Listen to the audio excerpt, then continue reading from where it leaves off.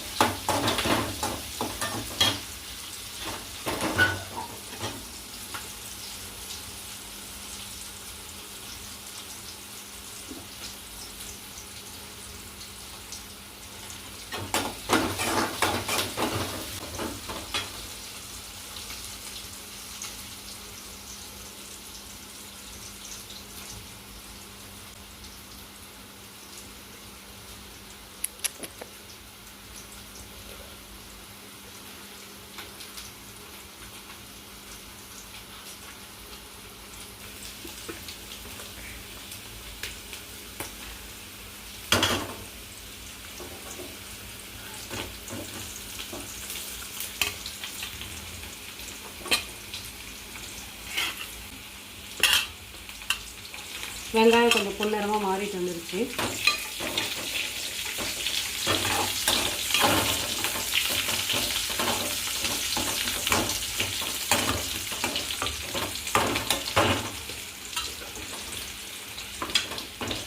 இப்போ இதனோட நான் அரைச்சி வச்சுருக்க இஞ்சி பூண்டு விழுந்து போடுறேங்க.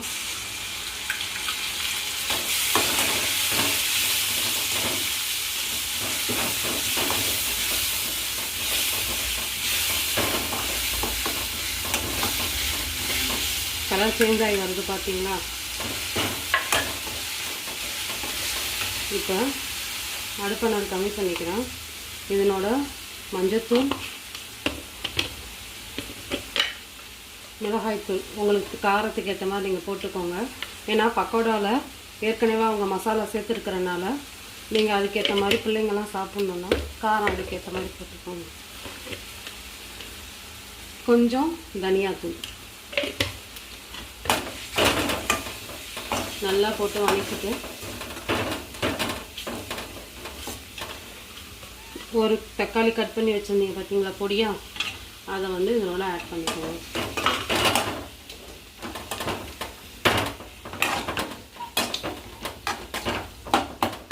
நம்ம கறி கிரேவி கிண்டுவோம் பார்த்தீங்களா, அந்த மசாலா மாதிரி வந்துடும் நம்மளுக்கு. கொஞ்சம் ஒரு 2 செகண்ட்ஸ் நம்ம இதை விட்டோம்னா இது கொஞ்சம் நல்லா மசாலா, தக்காளி எல்லாம் நல்லா வணங்கி நல்லா மசாலா சேர்ந்து கலவையாக எல்லாம் வந்துடும்.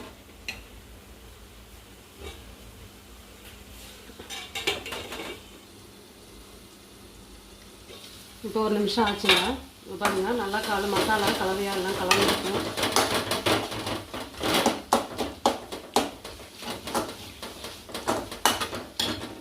இதனோட இப்போ இந்த பக்கோடா இருக்குது பார்த்தீங்களா, கட்டியாக இருக்கிறதெல்லாம் கொஞ்சம் உடச்சி விட்டு போட்டுக்கோங்க. அப்போ தான் கொஞ்சம் ஈஸியாக இருக்கும் நம்மளுக்கு.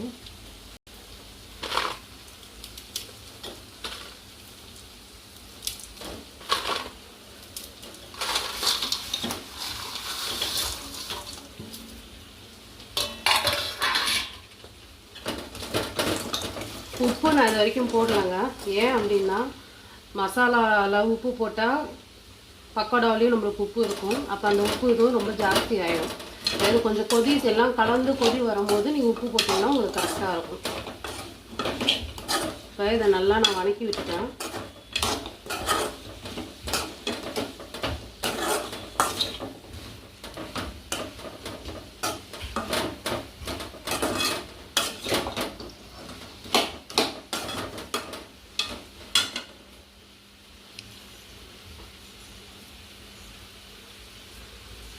நான் ஏற்கனவே இஞ்சி பூண்டு அரைச்ச தண்ணி கொஞ்சம் வச்சுருந்தேன், அதை நான் கலந்துக்கிறேன்.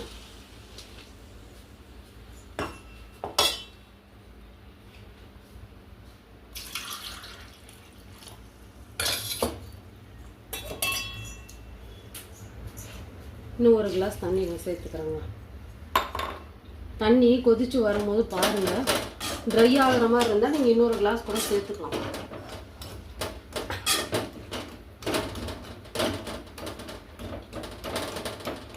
இப்போ தண்ணி இதில் நல்லா மூழ்கிற அளவுக்கு வச்சுக்கோங்க.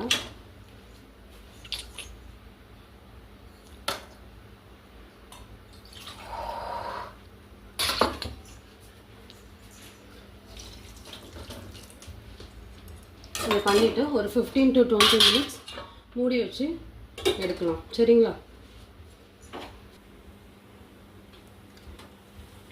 இங்கே பாருங்க, இப்போ நல்லா தண்ணி கொதிச்சு வருதுங்களா?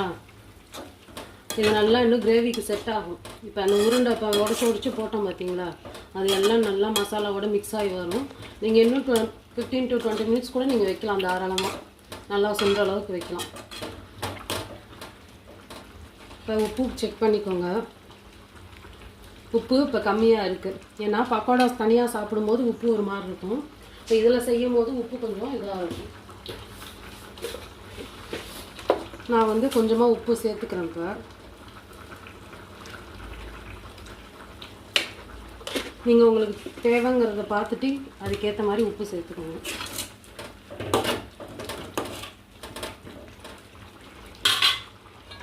நான் திருப்பியும் பாயில் பண்ணி மூடி வைக்கிறேங்க. ஒரு 15 to 20 minutes வெயிட் பண்ணுறேன்.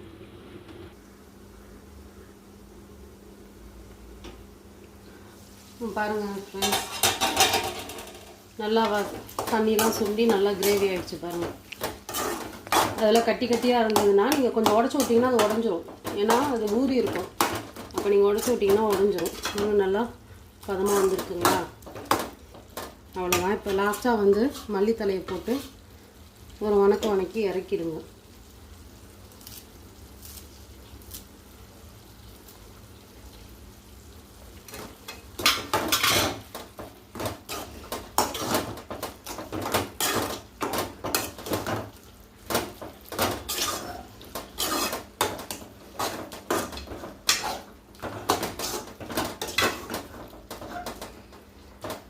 இந்த டிஷ்ஷை வந்து நீங்கள் பார்த்தீங்கன்னா சாம்பார் சாதத்துக்கு செஞ்சுக்கலாம், புளி சாதத்துக்கு, லெமன் சாதத்துக்குலாம் நம்ம முக்கால்வாசி உருளைக்கிழங்கு தான் செய்வோம்.